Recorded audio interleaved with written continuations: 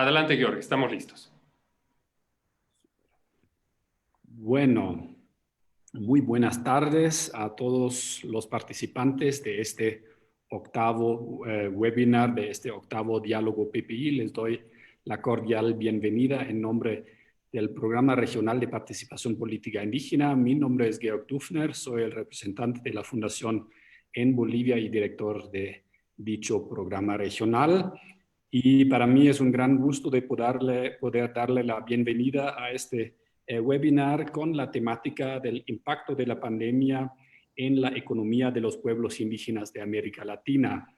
En todos los diálogos PPI que tuvimos en este año, todos bajo este signo de la pandemia, obviamente, que es inevitable básicamente en este año, hemos hablado sobre muchos aspectos de la vida de los pueblos indígenas y hemos tocado temas tan diversas como es justamente la integración a las políticas públicas. Hemos hablado sobre seguridad alimentaria también y en el día de hoy justamente tocamos un tema que es de mucha preocupación para nosotros todos, para la economía en general, pero obviamente el aspecto social, económico en los pueblos indígenas, este impacto de la pandemia todavía es una cosa que tenemos que discutir, que tenemos que ver con nuestros expositores de hoy día. Hay pocos datos, nosotros estamos trabajando en eso fuertemente, pero de parte de los estados nacionales lamentablemente no recibimos mucha información o mucha iluminación cómo les va a los pueblos indígenas en esta crisis, que es mucho más que una crisis sanitaria, obviamente, sino es una crisis económica que se nos viene encima y creo que lo más profundo está todavía a venir en el próximo año. Así que básicamente tenemos allá muchas incertidumbres que en este octavo diálogo PPI queremos solucionar con nuestros tres expertos, dos de Bolivia y un experto de Panamá, que en este momento les voy a presentar compartiendo la pantalla. Bueno, disculpen.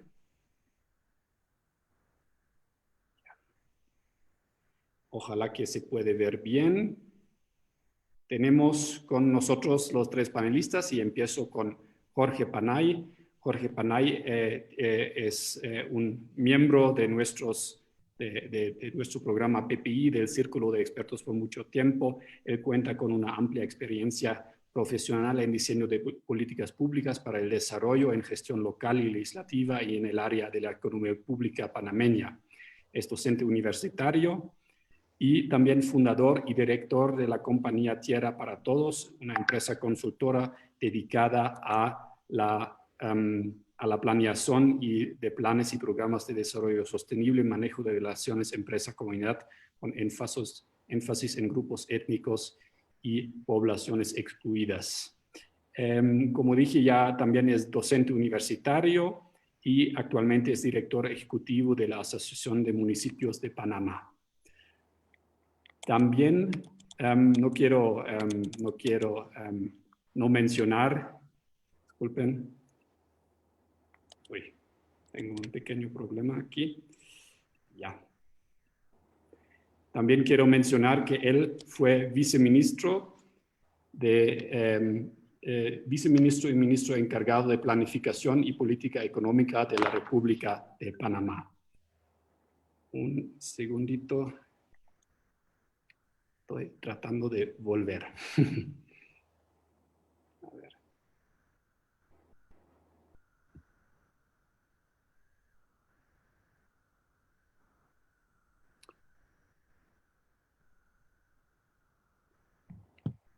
Ya. Disculpen, por favor. Estamos con nuestra segunda expositora, Ruth Alipascuqui.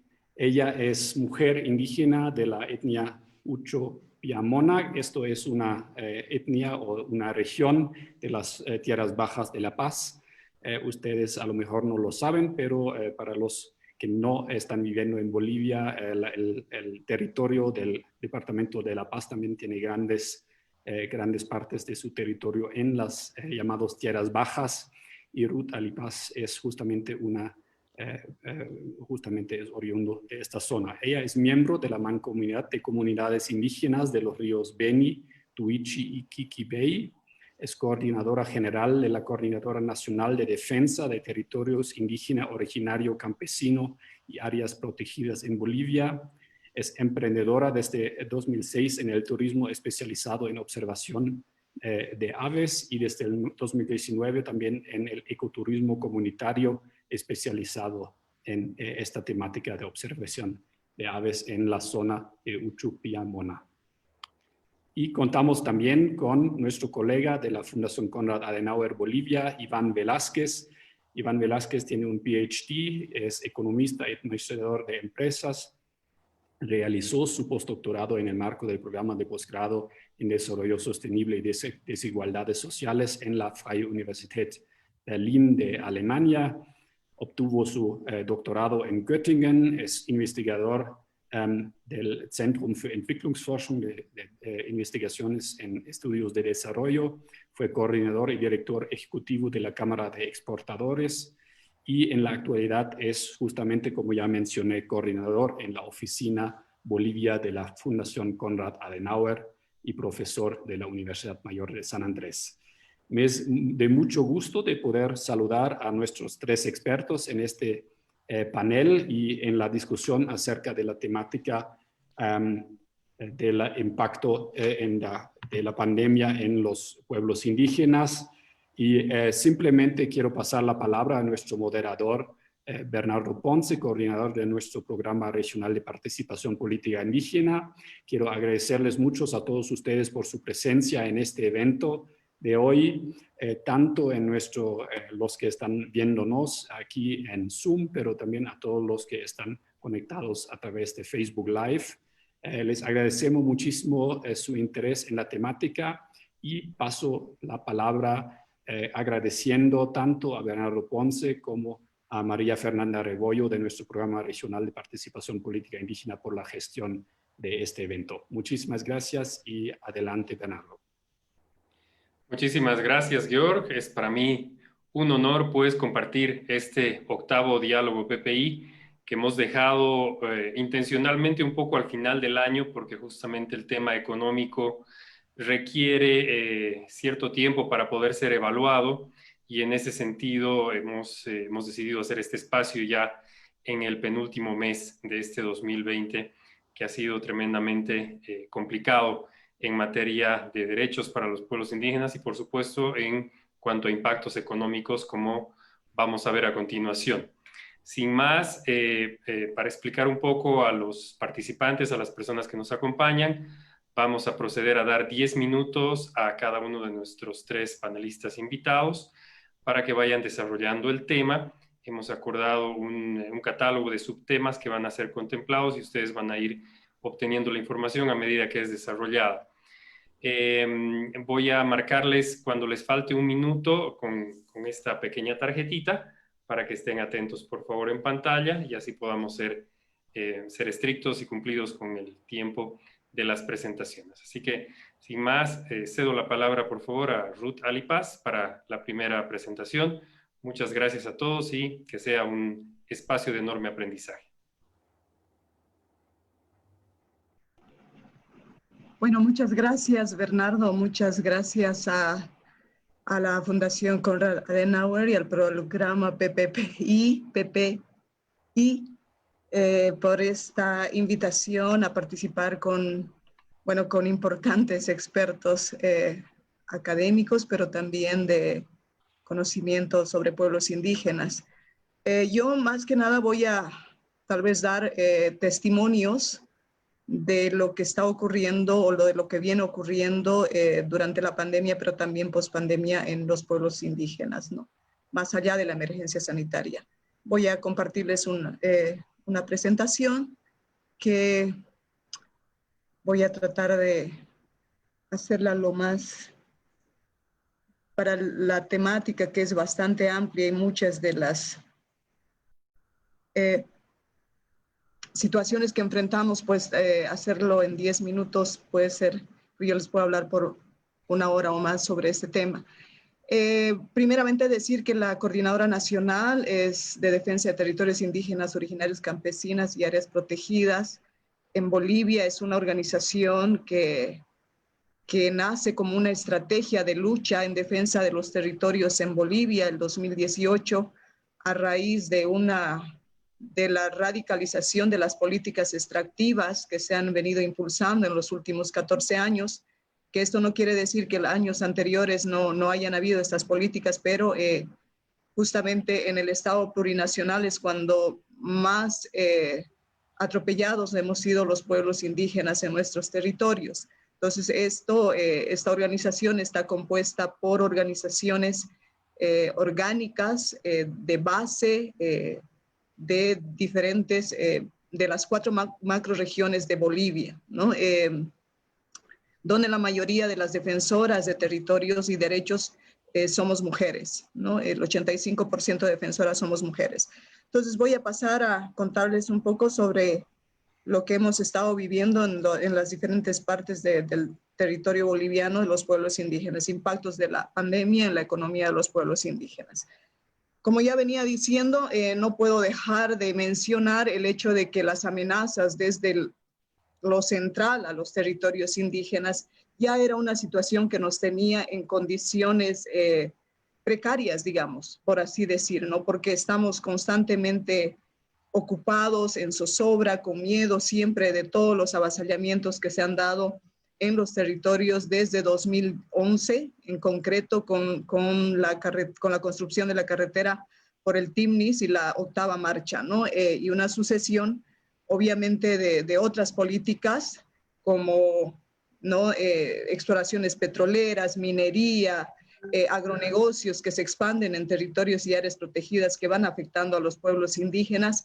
Eso ya nos ha tenido bastante ocupados hasta el año pasado, hasta la llegada incluso, hasta las elecciones y por ahí y después la pandemia, ¿no? Y las políticas de distribución de recursos, por ejemplo, en los territorios, es decir, para los territorios indígenas, con la participación popular a través de los municipios es simplemente ausente. No hay este tipo de recursos para nosotros los pueblos indígenas porque, entre otras, están midiendo desde la cantidad de la población para acceder a estos recursos, pero desde lo central lo que se ha hecho con el INRA es titular discontinuadamente algunos territorios donde siempre se muestra minoría de las poblaciones. El caso de los chimanes, por ejemplo, que están en 3 diferentes municipios, entonces nunca pueden acceder.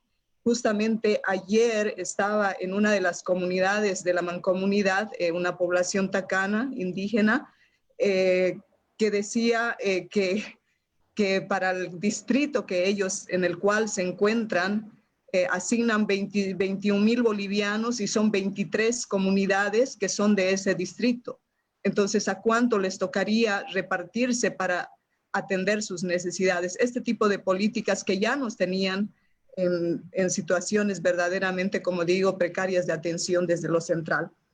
Políticas exteriores, por ejemplo, que perjudicaban a la actividad del turismo, como la imposición de visas a ciertos ciudadanos que teníamos antes llegada a los destinos turísticos, ¿no? Y finalmente, no es obviamente todo, pero trato de resumir en estos 4 puntos, la crisis política del 2019, que ya empezó en octubre del año pasado, más la pandemia. Quiere decir que nosotros prácticamente en los territorios hemos estado ya parados por ya un poquito más de un año, ¿no? Entonces, esa es una situación. Y acá algunas imágenes de todo lo que ha implicado estos 14 años de extractivismo, represiones en los territorios, como en el caso de Tariquía, vigilias en el estrecho del Bala, justamente en la cuenca del río Beni, mi territorio, incendios en la Chiquitanía, minería en la Amazonía y, la sequía del lago Popó en tierras altas, ¿no? Ahora, las actividades económicas de los pueblos indígenas, un poco para mostrarles rápidamente, bueno, ¿a qué nos dedicamos los pueblos indígenas en nuestros territorios, no? Es básicamente la producción y venta de productos agrícolas en pequeña escala, la transformación y elaboración de productos alimenticios, crianza de animales domésticos. La región de donde vengo es productora de plátano que incluso llega hasta la ciudad de La Paz y parte del departamento del Beni. Esta parte es de la producción en los valles interandinos de Santa Cruz, y producción de miel de abeja que se da en el departamento de Tarija. En la parte del Chaco también producen productos como hortalizas, vegetales, orgánicos, y principalmente estas actividades son lideradas por mujeres, ¿no? Actividades como la pesca en nuestros territorios es una actividad bastante importante para nosotros. La minería artesanal, esto es en territorio de los Lecos, en el norte de La Paz, que se hace básicamente a la forma tradicional de explotación, algo que se viene impactando ya con la minería mecanizada, con concesiones a grandes empresas que además están utilizando pueblos indígenas para asociarse y realizar una minería que no paga impuestos, ¿no? Es decir, y que vienen contaminando todos los ríos. Otras actividades como la reproducción de nuestra cultura, artesanías, saberes de medicina originaria. En esta pandemia no hemos tenido acceso a ningún tipo de apoyo desde el gobierno central o atención médica, y lo que hemos hecho es utilizar justamente esos saberes y esos conocimientos y esa medicina tradicional que nosotros tenemos. Y sí ha habido contagio en los territorios, pero con una tasa de mortalidad bastante baja. Eso es algo que tendrán que investigar a qué se debe, justamente porque disciplinadamente sí nos hemos aislado nosotros en los territorios, hemos quedado completamente encerrados ahí con controles al ingreso en nuestros territorios, y eso se ha dado justamente para protegernos, porque así es, nosotros vemos el territorio como un lugar donde refugiarnos, donde escapar, es una parte de la estrategia de protección y sobrevivencia que tenemos. Pero bueno, esa es también, no es que no hacemos nada en los territorios, producimos, esto se ha estado produciendo a la derecha. Por ejemplo, se ve que las mujeres del Chaco boliviano han estado produciendo canastos, artesanías, ¿no? Muebles que son propios, con material propio del territorio. Aprovechamiento forestal y aprovechamiento agroforestal, como la jatata, como el cacao, como café, como frutos. En el caso de la jatata, por ejemplo, somos en la región de la cuenca del Beni. Mi pueblo es un emprendedor de hace casi 30 años, pionero en el turismo comunitario. Y bueno, si hubieran, por ejemplo, apoyos desde el gobierno para reactivar en este momento la infraestructura que se ha deteriorado ya por más de un año, eso tendría un impacto económico, por ejemplo, para las poblaciones que producen, en este caso los chimanes, que producen jatata, ¿no? Y que tendría una cadena de reactivación económica, ¿no? En la región. Pero como no existe, bueno, estamos ahí. Hay aprovechamiento también de cacao, café, eso tenemos en los territorios. Y bueno, turismo. El turismo es una actividad importante. Como ya le decía, voy a mencionar acá una frase que decía don Víctor Hugo Molina: no el día que el turismo sea declarado política pública, tenga un ministerio, se ponga en valor el patrimonio histórico, aceptemos tolerantemente y agradecidos a quienes nos visitan. Bolivia puede recibir 3.500 millones de dólares al año repartidos en todos los espacios. Eso el 1 de noviembre de este año, ¿no? Impactos de la pandemia. Bueno, aquí hemos perdido el libre tránsito y ahí se ha profundizado mucho la discriminación, el trato que hemos recibido. Ha habido militarización, el trato. Nosotros hemos tenido que recorrer 80 kilómetros para llegar a centros urbanos y ahí al llegar a los puestos de control maltratados para poder pasar a realizar cobros de ayuda que se han dado desde el gobierno.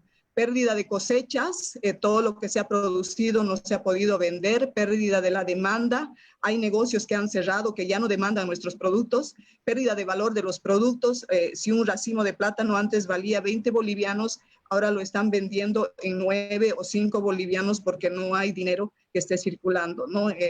Pérdida de fuentes de ingresos de manera general, el desabastecimiento acelerado por retorno a las comunidades de habitantes de otras poblaciones que volvieron al territorio por la pandemia, el abandono desde el gobierno central. Aquí vemos a la derecha, por ejemplo, la presidenta Áñez ha dado, bueno, apoyo al sector del empresariado cruceño a fondo perdido, cosa que para los pueblos indígenas no ha habido ni un pueblo, ni para ningún otro sector este tipo de ayuda, ¿no? Militarización y cobro de zarpes, ahora con la excusa de seguridad, nos quieren cobrar por cada vez que salimos y entramos al territorio, ¿no? Desde los militares.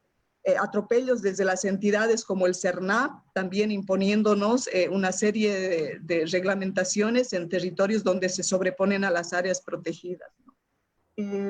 Extorsión y estrangulamiento con impuestos nacionales a iniciativas locales, es decir, hay una doble función que se le asigna a los emprendimientos, por ejemplo, que se dan básicamente para atender problemas sociales en los territorios, pero además hay que pagar impuestos cuando no reconocen estos gastos como parte de los gastos fiscales, ¿no? Para gastos fiscales. Bueno, apoyo a la economía indígena, lo que quisiéramos ver, o por lo menos, no sé, decir para que sepan qué sería lo ideal. Apoyo para la reactivación turística interna, que como una actividad que tiene una multiplicidad de impacto económico, una cadena grande, como la apertura de áreas protegidas en Perú, subvencionada desde el Estado. Fomento y promoción para la producción orgánica artesanal con fondos no reembolsables, como a los agronegociantes de Santa Cruz. Tal vez ferias por gobiernos departamentales y municipales. Flexibilizar requisitos de actualización, nos están exigiendo que tenemos que cumplir ciertos requisitos, y si no tenemos ni dinero ni para arreglar un hueco en el techo, ¿cómo vamos a tener requisitos para ir hasta La Paz y hacer trámites? Eso es algo que las autoridades tienen que entender, bajar de sus escritorios, bajar de sus sillas e ir a ver la realidad de los pueblos indígenas, en qué condiciones están, y no hacer políticas desde sus escritorios y llegar e imponerlos. Hoy día hemos tenido una reunión en Rurrenabaque donde solo imponen, exigen, pero no hay ningún tipo de interés en decir, esta es la parte que el Estado va a poner para ayudar a reactivar la economía. Bueno, que el nuevo gobierno que llegue, que actúe sin chantajes y sin cooptación hacia los pueblos indígenas, nos dejen planificar nuestros planes de vida en vez de mantenernos ocupados defendiéndonos de los atropellos en los territorios, y la consolidación de nuestros territorios con autonomía, autodeterminación y con justicia indígena originaria campesina, ¿no? Ancestralmente los pueblos indígenas no hemos vivido ni vivimos de ideologías políticas, vivimos de nuestros territorios protegiendo los recursos naturales y generando para el país, mientras los gobiernos nos entregan a las grandes empresas para beneficio de unos cuantos. Es con lo que quiero cerrar. Muchas gracias por su atención. Muchísimas gracias, Ruth. No quise cortarle porque, bueno, ya pasó un poquito los 10 minutos, pero era importante, creo, cerrar con esta idea final. Claro, hemos también partido con su presentación porque creíamos importante primero tener un aterrizaje de lo que sucede a nivel de comunidades indígenas, para después tener un análisis un poco más macro, que es lo que vamos a hacer a continuación con Iván Velázquez y posteriormente con Jorge Panay. Así que, Iván, por favor, te dejo la palabra para tu presentación y nuevamente muchas gracias. Muchas gracias, Bernardo. Realmente lo que menciona Ruth es preocupante. Sin embargo, refleja lo que no solamente en Bolivia se ha vivido, sino desde México hasta Tierra del Fuego, las comunidades indígenas han tenido diferentes problemas.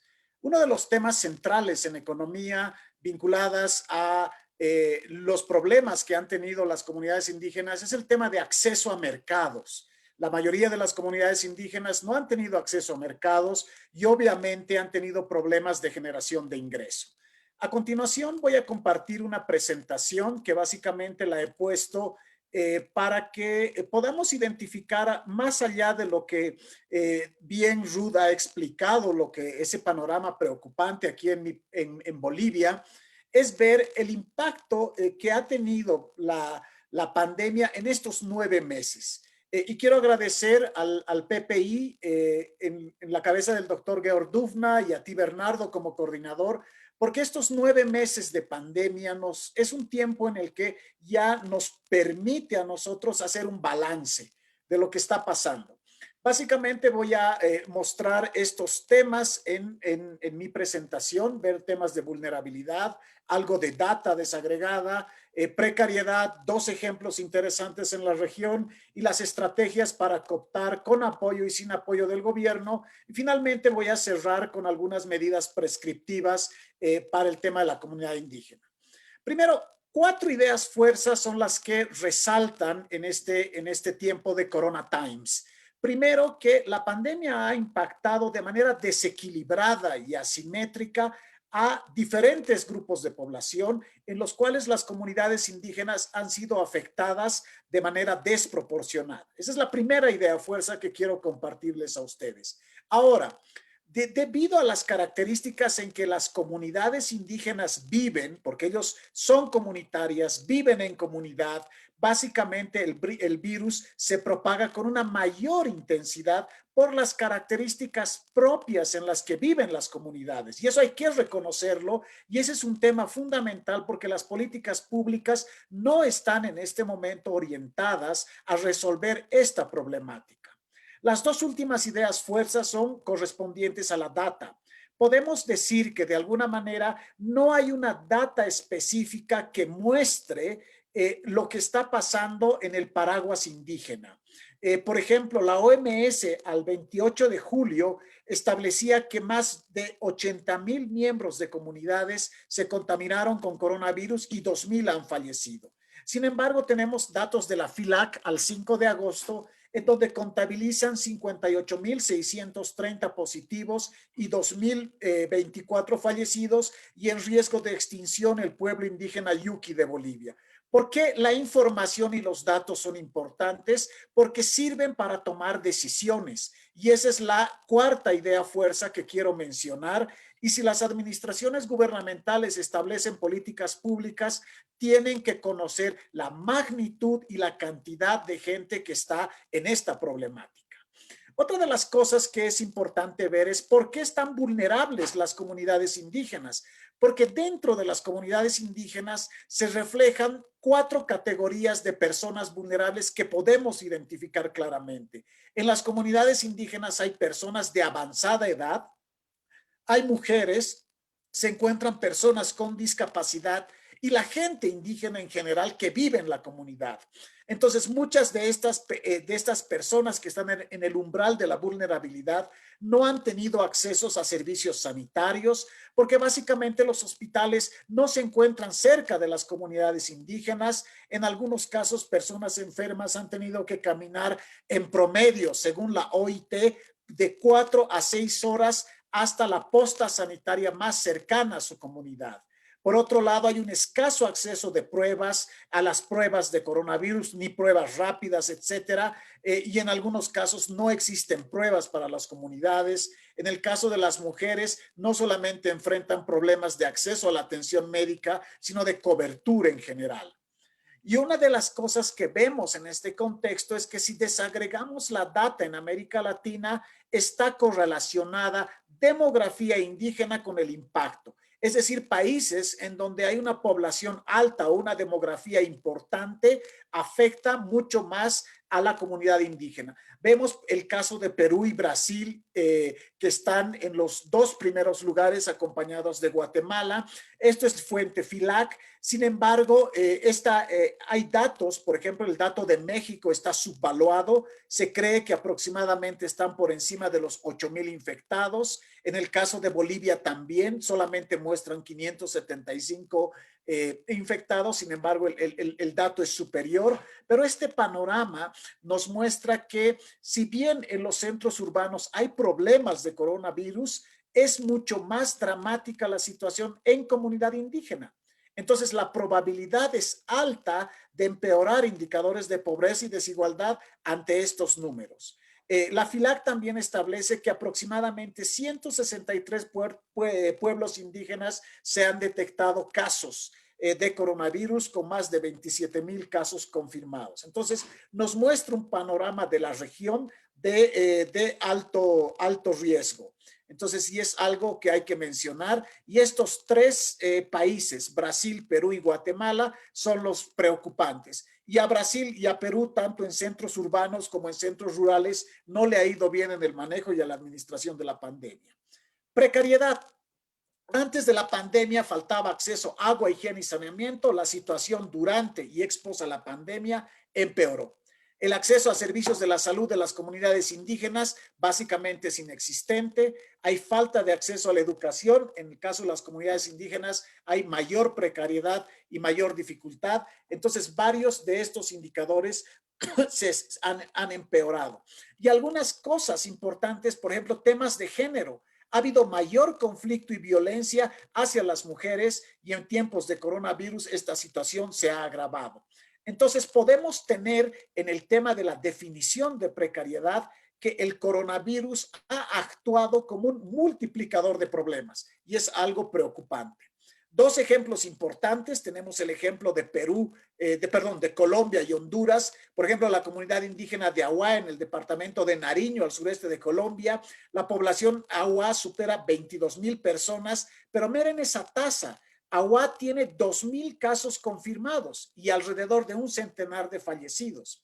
Y este es un claro ejemplo en Colombia de que la situación de vulnerabilidad existente. Y por otro lado, se agrava cuando tiene cara o rostro de mujer. Y en Honduras, los accesos a alimentación, salud, educación y falta de acceso al Internet en las comunidades Pech, Misquitus, Tahuacas, Lencas, Garífunas y Tolupanes, básicamente Ayuda en Acción ha identificado que ha habido una precariedad y vulnerabilidad en ese ámbito en el caso de sus derechos. Otra de las cosas importantes que se ve con apoyo y sin apoyo en el gobierno, ¿qué estrategias han realizado a lo largo del globo las comunidades indígenas? Por ejemplo, Australia ha establecido un plan de respuesta de emergencia en todo el sector salud focalizado específicamente en indígenas. En Nueva Zelanda se ha mantenido y se han establecido normas relativas a prácticas culturales durante la pandemia. En el caso de Colombia, Perú y Bolivia, y lo nombró Ruth, básicamente, los pueblos indígenas han recurrido a la medicina tradicional y se ha reactivado el Comité Binacional Colombia-Perú y también ha participado Bolivia para enfrentar los casos del COVID. Y en Rusia sí se ha tratado de llegar a las comunidades más alejadas. Y todo esto ha sido con apoyo gubernamental. En algunos casos, básicamente, donde no ha habido apoyo gubernamental han sido en los países de Marruecos, Congo, Nepal, Uruguay, Indonesia, Etiopía, Paraguay, Nueva Caledonia, Honduras, Tailandia, Belice, Canadá y Camerún. Pero, ¿qué han hecho las comunidades indígenas? ¿Qué respuestas han dado? Han sido tres respuestas principales. Han recurrido ellos mismos a medicina natural, a elaboración de productos sanitarios y a bloqueos de sus comunidades y a contacto con personas que estaban fuera de las comunidades, y eso me pareció sumamente interesante como una estrategia para captar o para bloquear el coronavirus intracomunidades. Y finalmente, mi última diapositiva está vinculada a qué medidas prescriptivas se tienen que establecer. Primero, que el gobierno tiene que estar consciente que tiene que medir y establecer estadísticamente el nivel y el grado de afectación de la comunidad indígena. Información es clave e importante y deben haber medidas, no solamente a nivel nacional, sino también a nivel subnacional, a nivel de la comunidad indígena. Y es algo que se está olvidando, porque todas las medidas son a nivel macroeconómico, a nivel nacional, país, pero no se llega al municipio, no se llega a la comunidad, no se llega al cantón, no se llega a la región donde existen comunidades importantes. Por otro lado, es muy importante ver el tema de la legislación, crear planes para proporcionar acceso no discriminatorio y atención médica adecuada. Por otro lado, también es importante financiar campañas de prevención y lo que es más importante, en el idioma indígena. Todas las campañas de información y de prevención han sido en español, desde México hasta Tierra del Fuego, y muy pocas han habido en idioma indígena. Y por otro lado, establecer y asegurar el cumplimiento de las leyes que regulan temas de violencia de género o violencia intrafamiliar, y finalmente creación planes de salud, nutrición y población. Me quedo con este mensaje que está acá: ayuda nacional y subnacional es importante, equipamiento en centros sanitarios, traducción de todo lo que está en español para que las comunidades indígenas en su propia lengua o dialecto entiendan, financiamiento y finalmente normativa es lo que se necesita. Muchísimas gracias. Muchas gracias, Iván. Excelente con los 10 minutos. Me quedo con algunas ideas que nos has compartido. Me parece fundamental el hecho de que la generación de datos es imprescindible para el desarrollo de políticas efectivas de atención. Sin los datos no se puede saber qué está pasando en las comunidades y se requiere acciones que respondan a un entendimiento técnico del problema, y bajo esa comprensión se pueden desarrollar políticas efectivas de atención. Y lo segundo, que es un tema que también había salido en nuestros webinars previos, la necesidad de comunicar en idiomas originarios, ¿no? En los idiomas de los pueblos indígenas. Esta es una gran barrera, y más allá del uso del idioma, también de los medios a los cuales acceden las comunidades indígenas. Por ejemplo, la radio en América Latina sigue siendo fundamental, y claro, todos estos aspectos no se han tomado en cuenta en su debida importancia. Hay una gran carencia de atención desde los estados nacionales hacia esta situación. Muchísimas gracias por tan completa exposición, Iván. Y por último, vamos a dejar la palabra ahora a Jorge Panay desde Panamá para que nos comente la situación. Hemos querido también dar este balance de Sudamérica, Centroamérica, para conocer cuáles son los impactos en la economía de los pueblos indígenas en un país que justamente tiene los indicadores mayores de crecimiento en América Latina, pero que sin embargo todavía afronta muchos problemas de desigualdad. Tiki, adelante, por favor. Muchas gracias.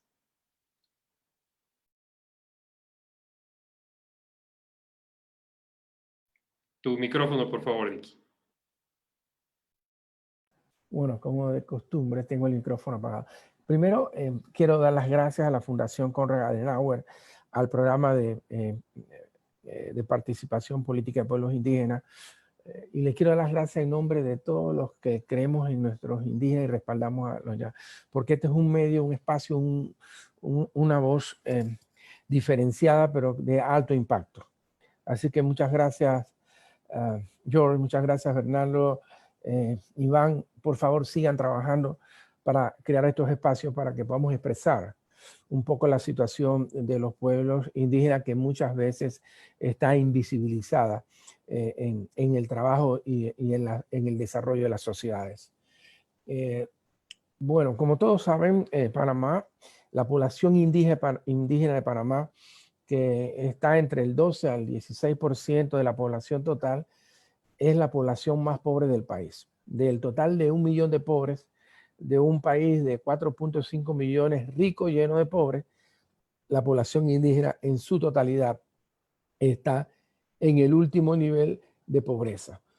Si bien es cierto, antes del COVID había ya una intención nacional y del gobierno nacional de abordar este problema a través de programas especiales con apoyo internacional, cuando en marzo se da el primer caso de COVID, 2 días después el gobierno de Panamá cierra el país y crea una cuarentena que duró hasta el final de septiembre, a mediados de septiembre, y gradualmente han venido abriendo el país, y hasta hace 2 semanas es que el país no se abrió totalmente.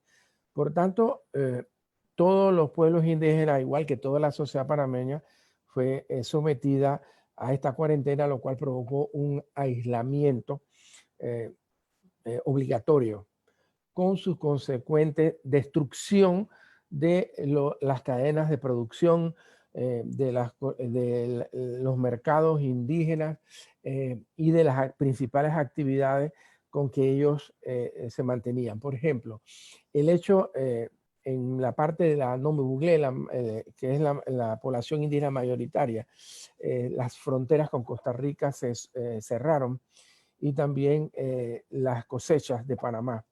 Por tanto, ellos participan tradicionalmente al año. Esto quedó prácticamente en cero. No es hasta reciente que han comenzado a trabajar y la frontera sigue cerrada.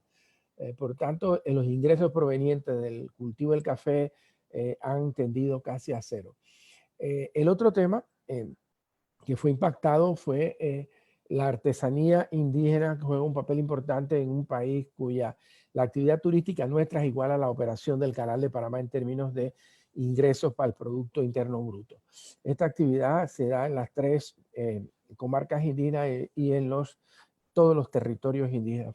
Ha sido muy afectada y todavía no logra reincorporarse, producto que todavía el turismo en Panamá prácticamente está cerrado. Hay un movimiento muy lento y hay una apuesta al turismo interno, que es menos consumidor de las artesanías. Por otra parte, el propio mercado interno de los grupos indígenas ha sido afectado porque sus movimientos y sus mercados tradicionales han sido cerrados básicamente, y se ha montado una estrategia de suministros desde el punto de vista gubernamental, de bolsas de comida, bonos de comida, con una compra a productores nacionales, no así productores indígenas en ese sentido. Entonces, el impacto básicamente podemos resumirlo como una suspensión de la actividad productiva de los pueblos indígenas. Eso ha sido suplido por el suministro de alimentos y de equipos en este momento por parte del gobierno central y por el apoyo de los gobiernos locales, que sus fondos de inversión fueron liberados para hacer fondos de gastos, y ellos han podido suministrar alimentos, medicinas y equipos de bioseguridad. Entonces, los impactos específicamente en el turismo, bueno, Panamá se cerró totalmente al mundo, y también lo cerramos internamente. Así que el impacto fue total, integralmente total. Hasta septiembre no comenzó la población a salir y solo se permitía salir a alimentación y a la población que estaba en tareas productivas de alimentación. El resto estaba suspendido hasta septiembre, todo el resto de las actividades.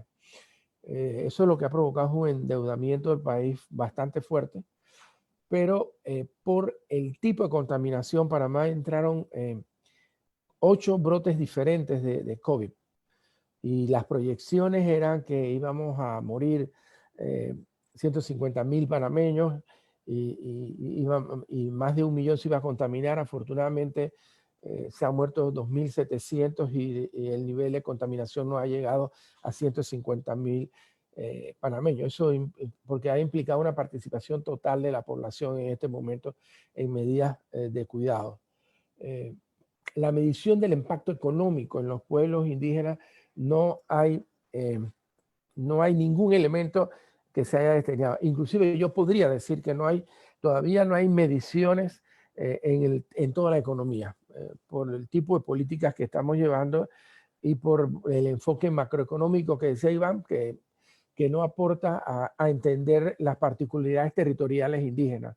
Entonces sí, se cayó el Producto Interno Bruto, se ha caído la demanda interna, pero son todos indicadores macroeconómicos que no inducen a poder medir un impacto económico territorial, y menos en los pueblos indígenas. Esto es un tema que tenemos que resolver. ¿Por qué razón? Porque la desigualdad Panamá es el país, el sexto país más desigual del planeta Tierra y el primero de América Latina. Somos un país que ha crecido 17 años por arriba del 5%. Tenemos un ingreso per cápita casi detrás de Chile y en 2 años más debemos ser el primero de América Latina. Sin embargo, una cuarta parte de toda la población panameña es pobre, está debajo del nivel de pobreza. Y dentro de esa población panameña, los indígenas están en su totalidad incluidos en ese millón de panameños. En este momento hay programas que han sido suspendidos estamos en una situación de atender la emergencia. Bueno, yo no sé si ya llegan las noticias, la cola del huracán ETA tocó a Panamá en la zona indígena del occidente y en la zona de Panamá del occidente, creando grandes estragos y nos va a obligar en este momento a movilizar muchos recursos porque los daños han sido materiales y de vidas humanas grandes. La pobreza de estas zonas indígenas, el bajo nivel de desarrollo de su actividad productiva, su productividad, la forma tradicional y el uso de tecnología, nos puede indicar que la recuperación va a ser compleja y que los programas que está impulsando macroeconómica el gobierno de cambio con tecnología van a demorar un tiempo en poder llegar a la zona indígena de panameña. Sin embargo, bueno, sí hay un programa nuevo y ese programa nuevo está enfocado en ver cómo atiende exclusivamente los pueblos indígenas en el periodo post-COVID, que para nosotros ya es post-COVID. O sea, nosotros al abrir el país iniciamos un proceso ya de recuperación económica post-COVID como país, macroeconómicamente hablando. Ese esfuerzo hay que llevarlo a los territorios indígenas. ¿Ves? Y entonces, los flujos migratorios, bueno, ustedes saben que parte de la población, no me googleé, cruzaba la frontera hacia Costa Rica a la cosecha del café. Costa Rica y Panamá desde marzo cerraron fronteras y las fronteras siguen cerradas y probablemente van a seguir cerradas hasta el próximo año. Lo cual, por supuesto, no hay corrientes migratorias, las fronteras nuestras están limitadas su paso y por tanto la mano de obra indígena, que era la que aportaba y recibía ingresos de la cosecha del café en Costa Rica, está confinada a sus territorios en la República de Panamá. En cuanto al turismo, la comarca aportaba mano de obra y producción artesanal y de producción a Bocas del Toro, que era uno de los mayores centros turísticos para darle una magnitud, hay 3.000 taxis. Estos 3.000 taxis normalmente son operados con un sistema de independiente y de empleados en su mayoría indígenas.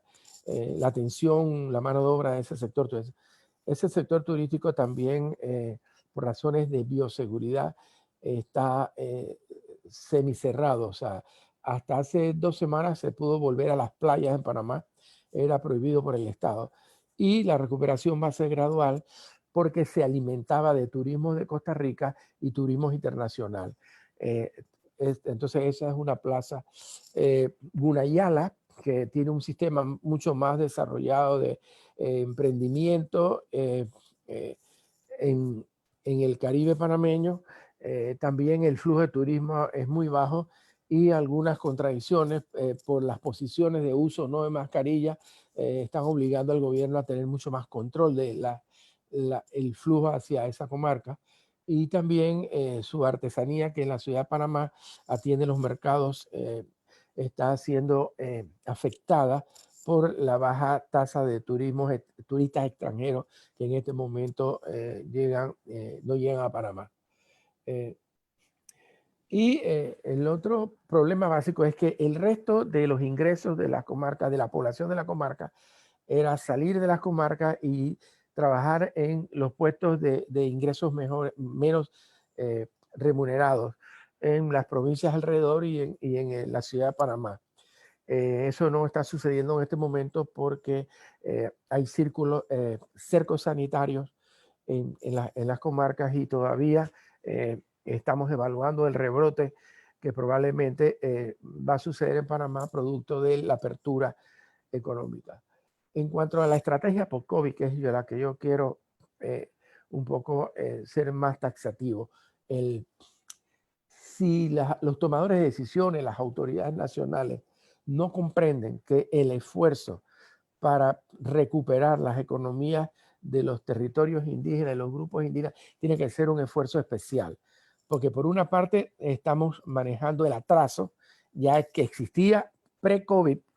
Por otra parte, el impacto del propio COVID en las economías indígenas que ha sido contundente, los hemos confinado a sus territorios y posteriormente los recursos que van a necesitar para reincorporarse a sus actividades tradicionales que van a requerir, mientras no haya vacuna y mientras no exista cura a la enfermedad, unos costos de manejo de bioseguridad muy altos, porque en Panamá hay que andar con mascarilla, hay que, por obligación, hay que tomar una serie de medidas y en este momento se discute en la ley que va a ser obligatorio que cuando las autoridades lo requieran tomarse las pruebas del COVID para la población. Porque de eso depende toda la estrategia de apertura, de que podamos mantener niveles de manejo de la pandemia. Eso repercute directamente en la economía de los pueblos indígenas. Entonces, la estrategia por COVID debe estar reorientada a programas especiales de recuperación con apoyo del gobierno para el manejo de la bioseguridad. Afortunadamente nuestros pueblos indígenas fueron sabios y ellos mismos cerraron las entradas y sus territorios. Por tanto, el impacto del COVID ha sido muy bajo, relativamente muy bajo en las comarcas y en los territorios indígenas por las automedidas tomadas por las autoridades tradicionales y por las autoridades administrativas de los propios territorios indígenas. Además de que, bueno, el gobierno fue flexible y respetó mucho esas medidas. Entonces, eso salvó de esta primera oleada de impacto. Como necesariamente ellos van a tener que entrar otra vez a los otros territorios donde hay el turismo, ¿no? Entonces tenemos que mejorar las medidas de bioseguridad para evitar eso. Eso por una parte. El otro tema que yo creo que ha llegado el momento de replantear la cosmovisión de desarrollo que hemos tenido en Panamá sobre los pueblos indígenas. Hemos tratado que los pueblos indígenas sigan un patrón de desarrollo igual que el resto de la sociedad y no hemos apoyado sus propias iniciativas. Afortunadamente la minería está prohibida en los territorios indígenas de Panamá. Hay mucha presión para que la minería se dé en los territorios indígenas, pero hasta ahora hay una ley que prohíbe eso. Las hidroeléctricas tienen que ser pactadas y solamente está programada una hidroeléctrica. Hay que hacer un proceso largo de negociación con ellos para poder que eso sea así. En ese sentido estamos un poco protegidos, pero necesariamente tenemos que abrir la relación entre los pueblos indígenas y el resto del país en hacerlos participar más de los procesos económicos nuestros, porque nosotros somos un país especializado en servicios internacionales, muy concentrado en la zona del Canal de Panamá y su conglomerado, y las apuestas que estamos haciendo al turismo interno requieren más educación, más prevención, y las apuestas que estamos haciendo como país al tema de la tecnificación y modernización del campo también requieren de inversiones, requieren de procesos de transformación educativa y eso tiene que ser traspolado a las realidades indígenas para poder que tenga éxito. Si no, lo que va a pasar es que en el proceso de recuperación la brecha todavía va a ser mayor para los pueblos indígenas. Entonces, la estrategia, finalmente, quiero terminar post-COVID, que ya es a negociar un espacio y un monto de participación en los recursos asignados para el COVID. Un reenfoque de la política territorial para el desarrollo de los pueblos indígenas, aumentando su participación y la autonomía de la toma de decisiones de los pueblos y el establecimiento de programas especiales de cooperación, de solidaridad con los pueblos indígenas para evitar inicialmente que la brecha sea grande y posteriormente retomar la estrategia de cerrar la brecha entre el sector indígena la población indígena y el resto de la población, porque es una brecha muy marcada. Muchas gracias. Muchas gracias, Dicky. Bueno, creo que hay una tremenda cantidad de información que podemos analizar con las tres presentaciones que hemos tenido, pero creo que una primera conclusión es que en efecto hay efectos muy graves sobre la economía de los pueblos indígenas, además efectos de carácter diferenciado, ¿no? Dada la naturaleza de los indígenas que culturalmente y por sus propias características se diferencian del resto de la población, y también por cuestiones geográficas, ¿no? Muchas veces están en lugares muy apartados donde la presencia del Estado es mucho más escasa y eso dificulta también la necesaria atención por parte del Estado. Tenemos ya algunas preguntas. Voy a invitar para una primera pregunta a Francisca Vargas, por favor. Francisca tiene una pregunta para Ruth Alipaz. Adelante, Francisca.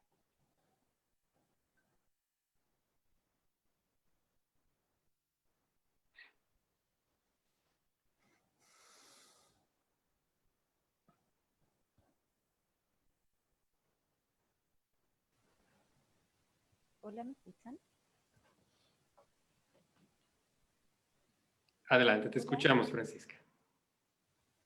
Bueno, Bernardo, te quiero hacer una pregunta porque yo tengo dos preguntas para Ruth. Dime si es la 1 o la 2. ¿Nos podrías repetir, por favor, y hablar un poquito más fuerte? Casi no te escuchamos, Francisca. Por favor. Sí, tengo mal la señal, disculpen. Lo que quiero preguntar es que yo hice dos preguntas a Ruth. Quiero saber si hago la primera pregunta o la segunda. Yo tenía una pregunta tuya sobre turismo sostenible y participación de mujeres. Si gustas, comenzamos por esa. Buenísimo. Estimada Ruth, un gusto para mí saludarte en este día, especialmente a todas las mujeres de tu comunidad allá en Bolivia. Así que muchas gracias a todos y especialmente a ustedes. Lo primero es felicitarte por el turismo sostenible que has estado desde el 2006, como recién decía Gerd, donde has coordinado junto a gran parte de mujeres este tipo de turismo sostenible. Entonces, quiero saber cómo protegen estas áreas, estos ecosistemas, la flora y la fauna, para que no sean recursos que se agoten, tal como son el extractivismo, que ya estamos hablando de una cosa mucho mayor, pero ¿qué hacemos con estos ecosistemas como la flora y la fauna, etcétera? Eso sería una pregunta, estimada. Y luego sobre la medicina tradicional de su territorio indígena, que se vio en este momento bastante abandonada los territorios indígenas. Me parece que es de suma importancia llevar la medicina natural y ancestral a una legitimización. ¿Cómo cree usted que se puede dar el lugar que corresponde a este tipo de medicina para que tengamos acceso también nosotros? Muchas gracias. Buenas tardes.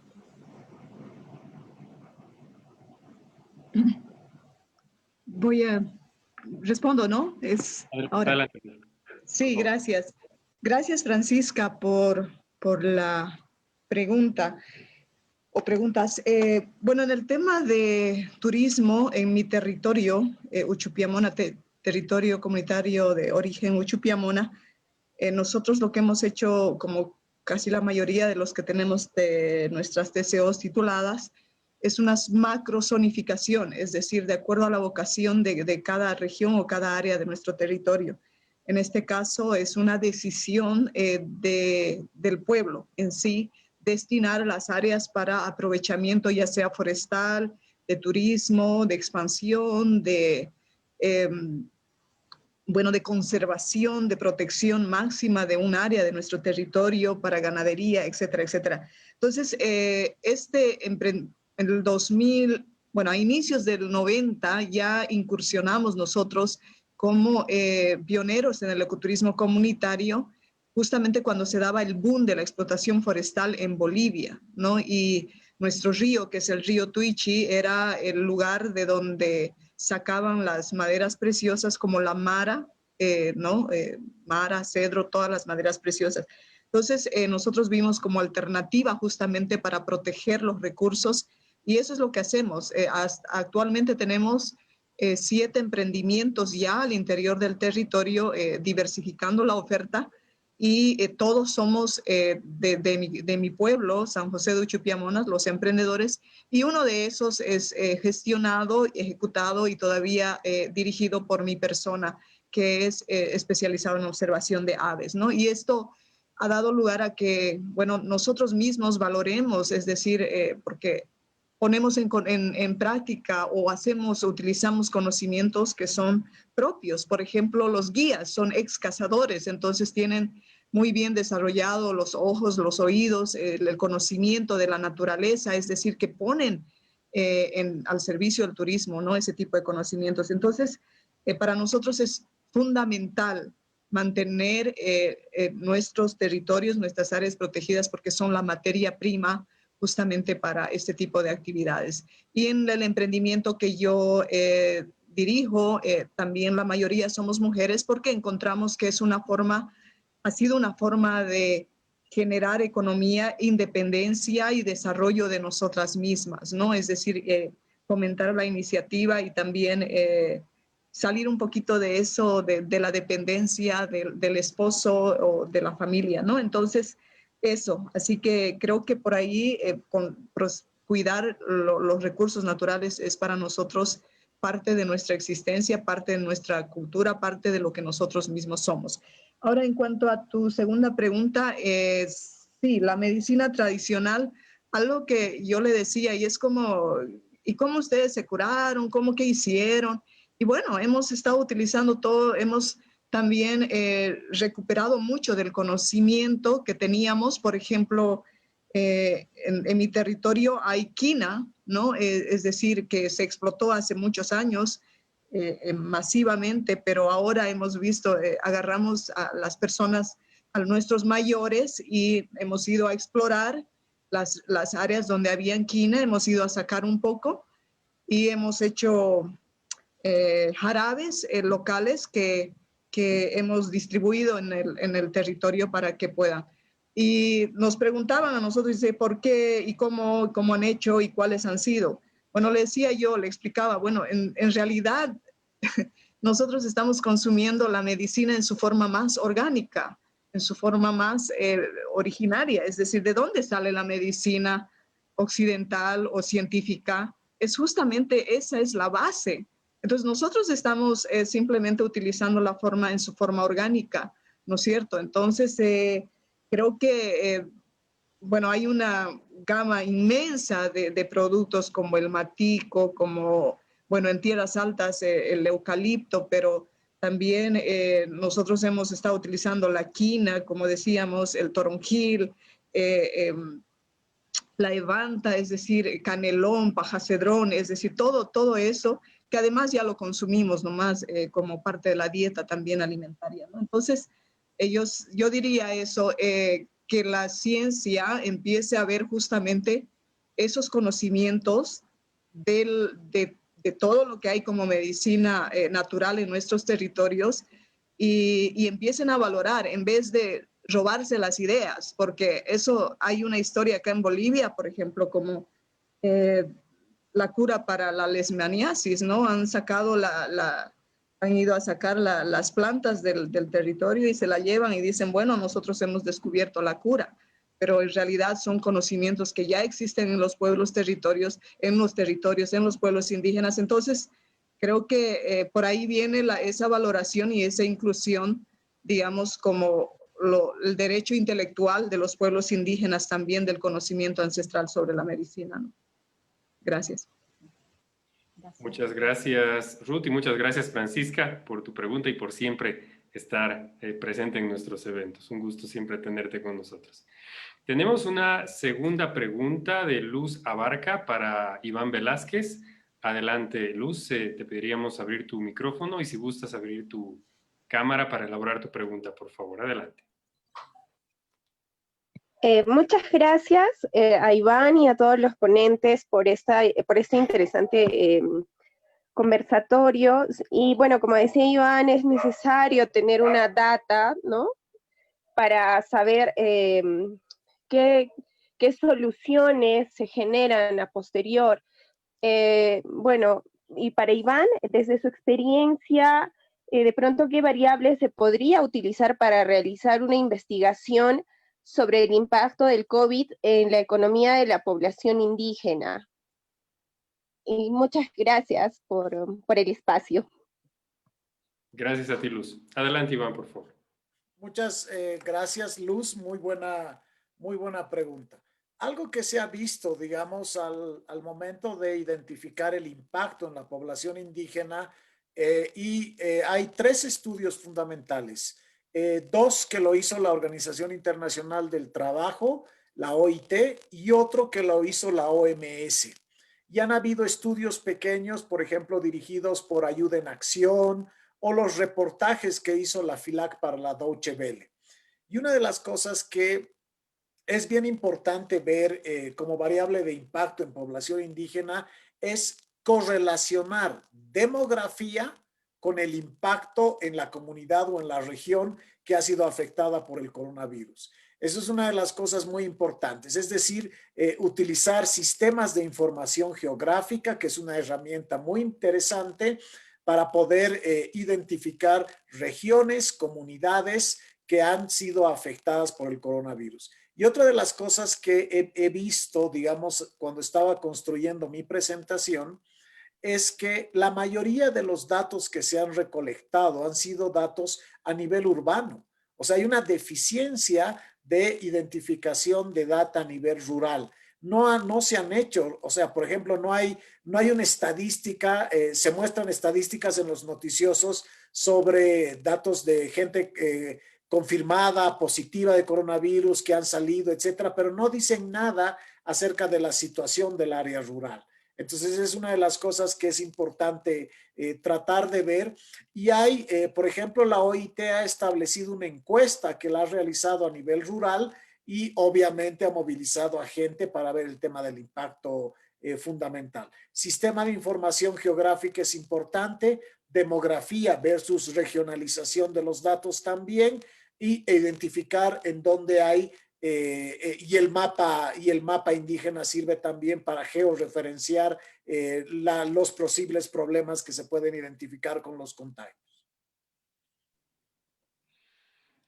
Muchas gracias, Iván, y nuevamente, Luz, muchas gracias por tu pregunta.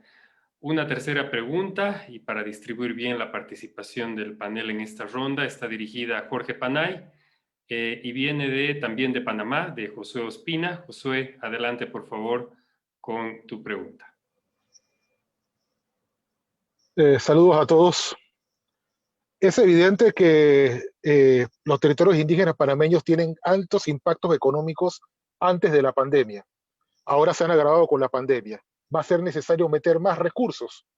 ¿Cómo viabilizamos los recursos a los territorios indígenas para el desarrollo en Panamá, tomando en consideración la gran carencia de presencia institucional y gubernamental en los propios territorios indígenas?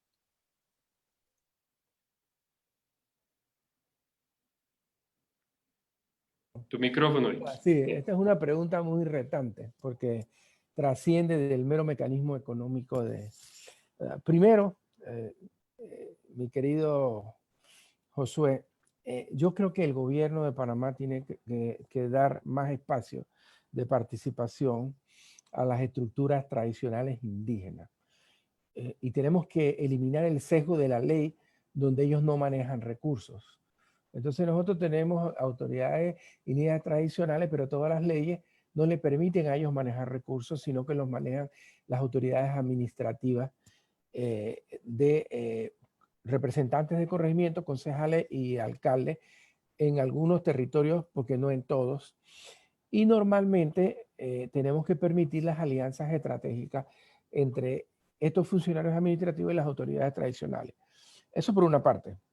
El otro tema es que la construcción de la institucionalidad comarcal tiene que ser financiada por el Estado. No hay recursos suficientes para financiar ingenieros, médicos, planificadores, abogados. Existiendo en Panamá un número significativo, plural y reconocido de abogados, ingenieros, médicos, planificadores indígenas, pero que tienen que salir del territorio porque no encuentran espacios institucionales para aplicar sus conocimientos en los territorios indígenas. Y por otra parte, y para responderte la pregunta, la recuperación del COVID para el país y en especial para los territorios indígenas tiene que estar acompañada de la voluntad de cambiar el modelo de acumulación que tiene Panamá. Es un modelo de acumulación donde el 1% de la población tiene el 90% de los recursos y el resto se distribuye en el resto de la población. O sea, es un modelo extremadamente concentrado y poco distributivo. Entonces, Panamá, si quiere alcanzar el grado de un país en desarrollo, si quiere quitarse esa vergüenza nacional de ser el país más desigual de América Latina y el sexto más desigual del planeta Tierra, tiene que replantearse en su integralidad, cambiar el modo de gestión económico y tiene que hacer políticas públicas, sobre todo fiscales, para redistribución de recursos hacia los otros territorios. Y además tiene que hacer justicia en la asignación de fondos para los territorios indígenas.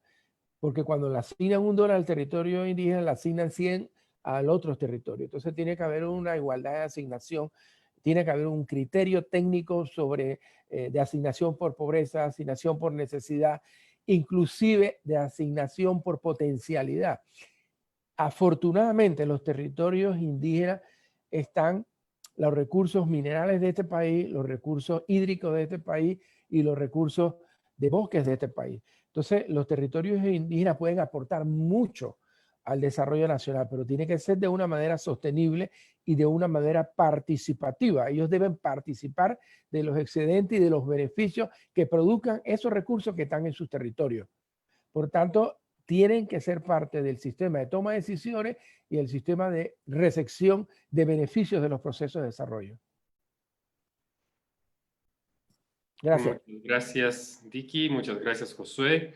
Igualmente por participar constantemente en nuestras actividades. Tenemos una pregunta más que nos ha llegado de las personas que nos están viendo vía Facebook Live. Vanessa, desde Honduras, tiene una pregunta que me gustaría extenderla a los tres, tanto a Ruth como a Iván y Dicky. La pregunta dice, ¿qué medidas pueden tomar los indígenas por ellos mismos en vista de la falta de atención de los gobiernos en la situación de la pandemia?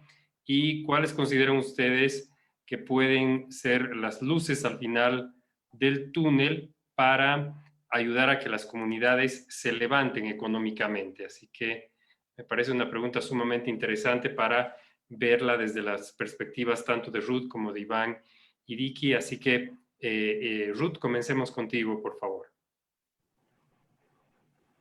Muchas gracias. Bueno, primero decir que cuando en Bolivia se declara la emergencia sanitaria y bueno, que todos teníamos que estar en cuarentena, pues los pueblos indígenas hemos tomado las medidas, hemos sido nosotros. Las medidas que se han tomado han sido por las propias autoridades y por las propias comunidades. Sí, es cierto, hemos respetado disciplinadamente, como decía, todo lo que ha emanado desde el gobierno central, pero las soluciones de transporte, de tratar de conseguir ayuda para nuestras comunidades lo han hecho, lo estamos todavía gestionando nosotros mismos. Hay una ausencia total del Estado en cuanto a los territorios en atención anterior y durante pandemia y ahora también. Fíjese que ha empezado el 14 de marzo la emergencia sanitaria y nosotros exigíamos que puedan emitir medidas o políticas adecuadas a los pueblos indígenas, entre esas que pudieran haber llegado con, no sé, con bancos móviles hasta los territorios para poder dar esa ayuda que estaba dando el gobierno y no tengamos que salir desde los territorios hacia los centros urbanos donde teníamos mayor posibilidad de contagiarnos, ¿no? Y nosotros exigíamos y pedíamos y sugeríamos, pero recién el 8 de julio el gobierno dice, vamos a hacer un plan para apoyar a nuestros pueblos indígenas.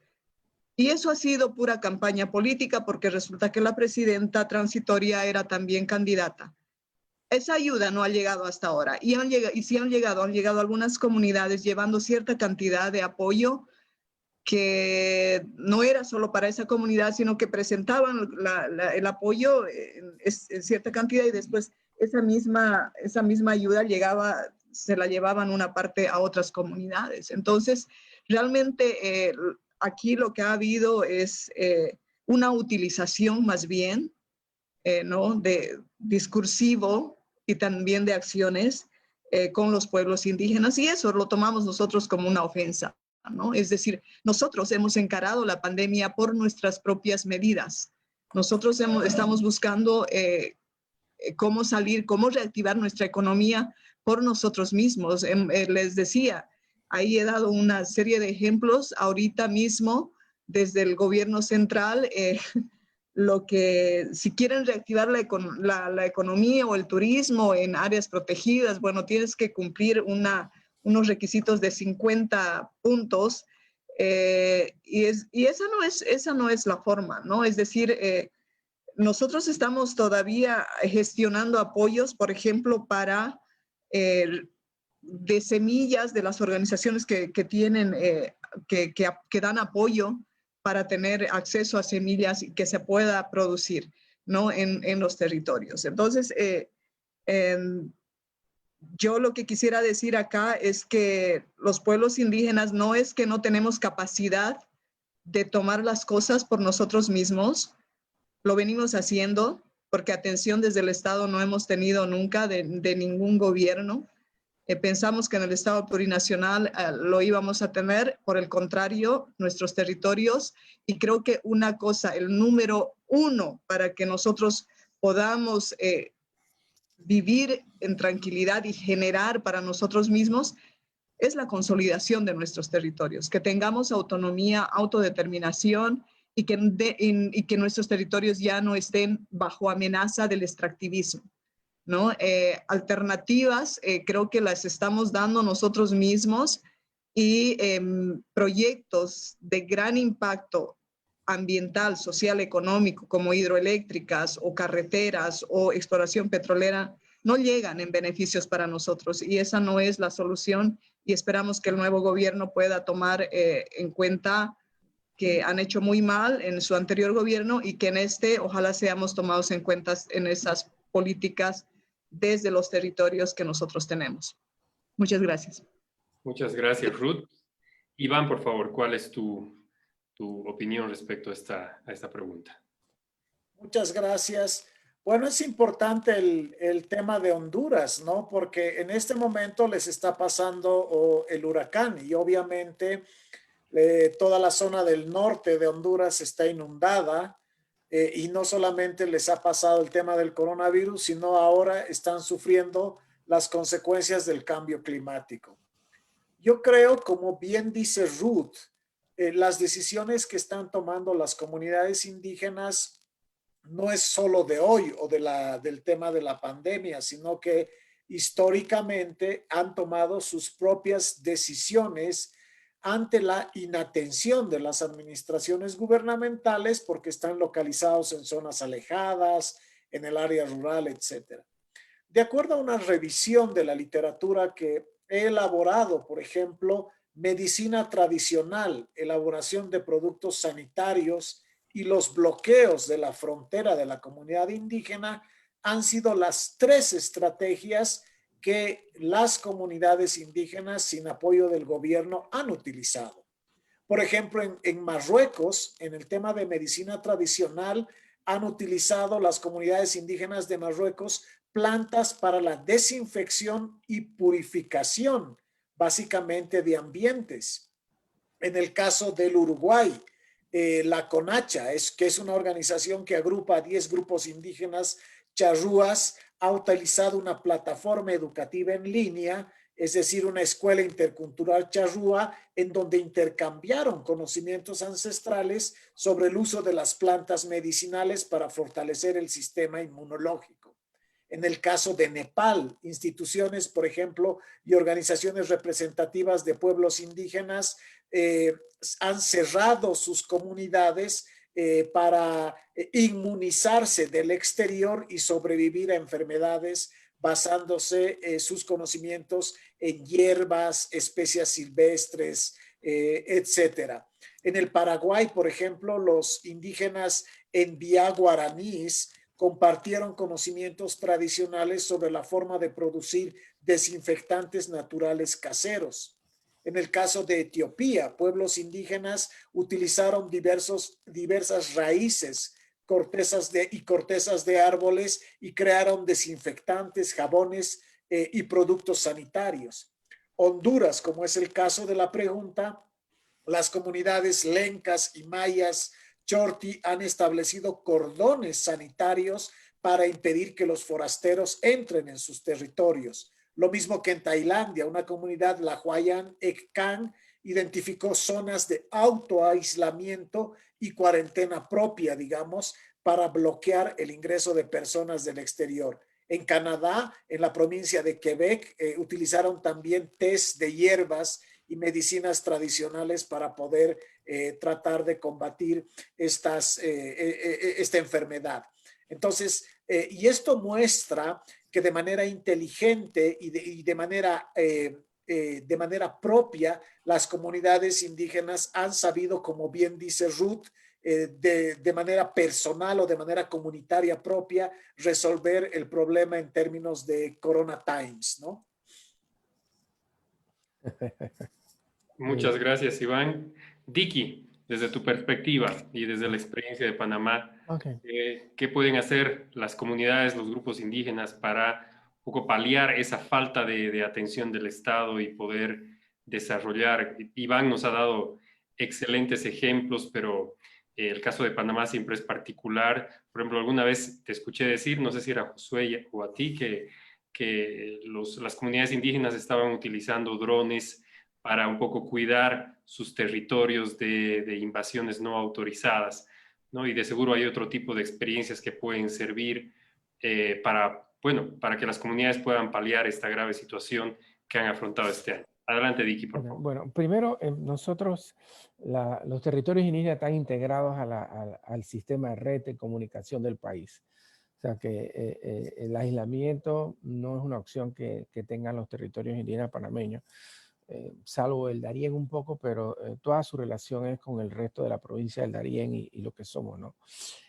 Yo lo que creo fundamentalmente en esta importante pregunta es, primero, lo que yo he sentido es que tenemos que abandonar la teoría del conflicto, del enfrentamiento entre los indígenas y el resto de la sociedad, y tenemos que pasar a una política de diálogo y negociación de espacios de desarrollo.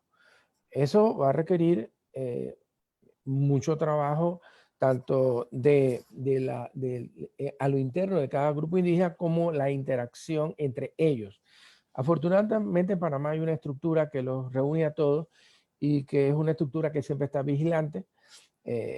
Entonces, yo creo que hay que construir un poco la cosmovisión de desarrollo de los pueblos indígenas con las características panameñas. A veces he sentido que hay mucho pensamiento exógeno hacia el tema de Panamá. Nosotros, bueno, tenemos ya años de estar trabajando en la educación, quizás no con los éxitos que debíamos, pero por ahí un número significativo de indígenas que son profesionales, que son creativos, que son empresarios. Hay mujeres, tenemos ejemplos de mujeres empresarias en el turismo en Gunayala que son reconocidos mundialmente. Entonces, tenemos que ir construyendo una visión de ese tipo. Tenemos que ir en contra de una política que los panameños y los políticos panameños han implantado desde el 2005, que es los subsidios famosos. O sea, este país destina $2.000 millones a subsidiar a todo el mundo. Pero entonces, con los subsidios lo que hacen es detener el desarrollo, hacer dependiente a los territorios, cuando si usaríamos esos 2.000 millones de dólares para impulsar el desarrollo de los pueblos, estaríamos en otro nivel y muchos de los problemas ya los hubiésemos superado. Pero es una práctica de clientelismo político frente a los sectores más pobres del país. Entonces le repartimos bolsas, le damos jamones, comida, le llevamos cosas y al final votan por estos políticos y ninguno se preocupa por el resto de los 4 años, los 5 años de eso. Entonces es una práctica política que debemos hacer. Entonces, por otra parte, yo creo que también ya hay suficiente fuerza y experiencia para abordar el tema el cambio de visión de desarrollo de Panamá. O sea, el neoliberalismo salvaje, para decirlo de alguna manera, se ha impuesto en este país. Entonces, eso ha impedido discutir políticas de desarrollo, inclusiones de grupos, porque hay un laissez-fairismo económico sin precedentes, ¿no? En Panamá tú llegas y haces en 20 minutos una empresa por la internet, pagas y sigues. Y hay un sistema también de asignación de fondos muy desequilibrado. Claro, tenemos una población muy concentrada en la zona metropolitana, el 62%, pero tenemos que, si queremos realmente cambiar, los grupos indígenas tienen que convertirse en un actor y pasar a la negociación. Por ejemplo, y no quiero hablar mucho, pero yo creo que hay, o sea, la minería, o sea, Panamá tiene los mayores yacimientos de cobre, de oro, molibdeno y otros más en las zonas indígenas. En algún momento se van a tener que desarrollar. Hay dos posiciones, una minoritaria que, bueno, sí se debe hacer y otra mayoritaria que no se debe hacer. Pero el problema no está ahí, sino en el modelo de la explotación. Si los indígenas van a ser parte dueños de la mina, si los beneficios de la mina pueden repartirse en el territorio indígena y las técnicas de sostenibilidad por el tipo de yacimiento que tenemos se pueden manejar con criterios internacionales adecuados, yo creo que es importante desarrollar la minería. Si vamos al modelo actual, donde el Estado cobra 2% de regalía, los indígenas no están incluidos, ni tan siquiera, entonces ese no es un modelo que debe funcionar en Panamá. Exactamente igual que las hidroeléctricas. Las hidroeléctricas tienen que ser parte, aportar al desarrollo de los pueblos indígenas, comenzando por llevar la electrificación. O sea, las hidroeléctricas que están en los lugares indígenas no aportan electrificación a los territorios indígenas. Entonces, ese modelo no funciona. La otra parte es que parte de nuestra gran riqueza natural está en los territorios indígenas. Bueno, hay que buscar un modelo de explotación económica que internalice los beneficios del proceso de crecimiento y desarrollo para mejorar la calidad de vida de los pueblos indígenas, para lograr su prosperidad en el marco de un modelo de economía sostenible. Entonces, esos son los retos que Panamá tiene y que tenemos que abordar todos, porque de lo contrario, de seguir la situación como va, bueno, se va a abrir la brecha. Pero claro, en un país rico, eso quizás es menos notorio que en el resto de América Latina, porque lo que han hecho cada año es aumentar 10% los subsidios, ya vamos por 2.000 millones en un país de 76.000 kilómetros cuadrados con 4.5 millones de habitantes. O sea, estamos botando los recursos, tirándolos en un tanque sin fondo y no incorporando al desarrollo de las capacidades productivas de los panameños y en especial de las capacidades productivas de los pueblos indígenas que nos han enseñado el mejor manejo de la naturaleza, el mejor manejo de los recursos, conocimientos sobre medicina, sobre artesanías, conocimientos sobre modelos sociales más adecuados y más sustentables. Y todo eso aportan los grupos indígenas de Panamá. Que no se les reconozca es otra cosa, pero parte de los modelos exitosos de desarrollo sostenible están en los territorios indígenas de Panamá y gracias a eso hoy podemos decir que somos una potencia mundial en términos ambientales. Y bueno, y ahí está la realidad. Entonces es un problema de reenfocarnos ya en qué es lo que tenemos que negociar y cómo tenemos que negociarlo. Y en ese sentido, el liderazgo indígena es donde hay que hacer los cambios. El liderazgo indígena tiene que posesionarse de una visión de desarrollo más integral y menos conflictiva, menos ideologizante. Porque el tema es que también por la pobreza se ha ideologizado mucho el tema este. Entonces, lo que hay es un conflicto permanente, desconociendo el aporte de los pueblos indígenas y la construcción de modelos sostenibles donde ellos sean objeto y sujeto del desarrollo, porque así debe ser, pues. Esa es mi respuesta a qué cosas tenemos que hacer, ¿no? Tenemos que ir al próximo escalón del desarrollo. Muchísimas gracias, Dicky. Creo que los aportes han sido realmente enriquecedores para tener una amplia y completa comprensión de cuál ha sido la situación del impacto que ha tenido la pandemia en la economía de los pueblos indígenas. Si bien hemos abordado concretamente Bolivia y Panamá, los datos que nos ha presentado Iván nos han ayudado a tener una comprensión de América Latina, incluso más allá de América Latina, con países que están fuera de nuestra región. De mi parte, ha sido pues un honor y un gran placer compartir este espacio con Ruth, con Iván y con Dicky. De verdad, es un privilegio para el programa haber contado con ustedes en esta tarde. Tenemos todavía algunas preguntas más, pero como ya estamos llegando a la hora y media de evento, tenemos que ir cerrando. Quisiera, para finalizar, dar la palabra al doctor Dufner, director del programa y representante de la CAS en Bolivia, para que nos comparta sus impresiones finales. Georg, adelante, por favor. Pues muchísimas gracias, Bernardo, y a todos los expositores, expositoras. Para mí, de verdad, solo para resumirlo brevemente, ha sido muy enriquecedor como toda esta ronda de diálogos PPI que tuvimos en este año, y básicamente dándoles una pequeña impresión mía, creo que hoy otra vez hemos escuchado y quiso hacer referencia a lo que dijo Iván, que básicamente el COVID en lo económico-social de los pueblos indígenas no es tanto que nos muestre algo totalmente nuevo, desconocido, sino básicamente es justamente un multiplicador de los problemas que ya conocemos o de las situaciones que ya conocemos.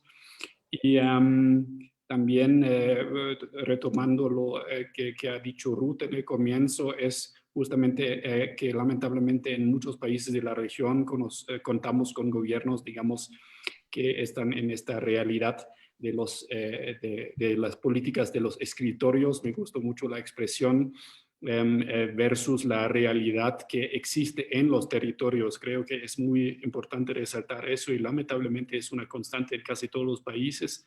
Vemos, gracias a que se ha mencionado sobre Nueva Zelanda, que también hay otros ejemplos y que eso no es un destino para siempre. Ojalá que pronto vamos a ver también un mejoramiento en estas políticas. Creo que toda esta situación que observamos nos lleva justamente a repensar el principio de las autonomías, de la subsidiariedad, también de los federalismos, pero también de las autonomías reales en los territorios indígenas, porque vemos que básicamente el Estado central, demasiado centralista, no logra adresar las verdaderas necesidades, y esto se muestra mucho más en este momento de crisis que vivimos. Así que eso me lleva un poco a reflexionar cuáles deberían ser las medidas a mediano y los de largo plazo. Creo que justamente se ha mencionado muy bien que tenemos allá, eso ha mencionado Dicky también en su intervención, que tenemos allá el deseo obviamente de tener asistencias a corto y mediano plazo, pero que también tendríamos que pensar justamente en la liberación de la economía de los pueblos indígenas, de la aceptación de la interculturalidad de nuestros estados, de la aceptación y de un verdadero compromiso con esta diversidad que tenemos en nuestros estados de América Latina.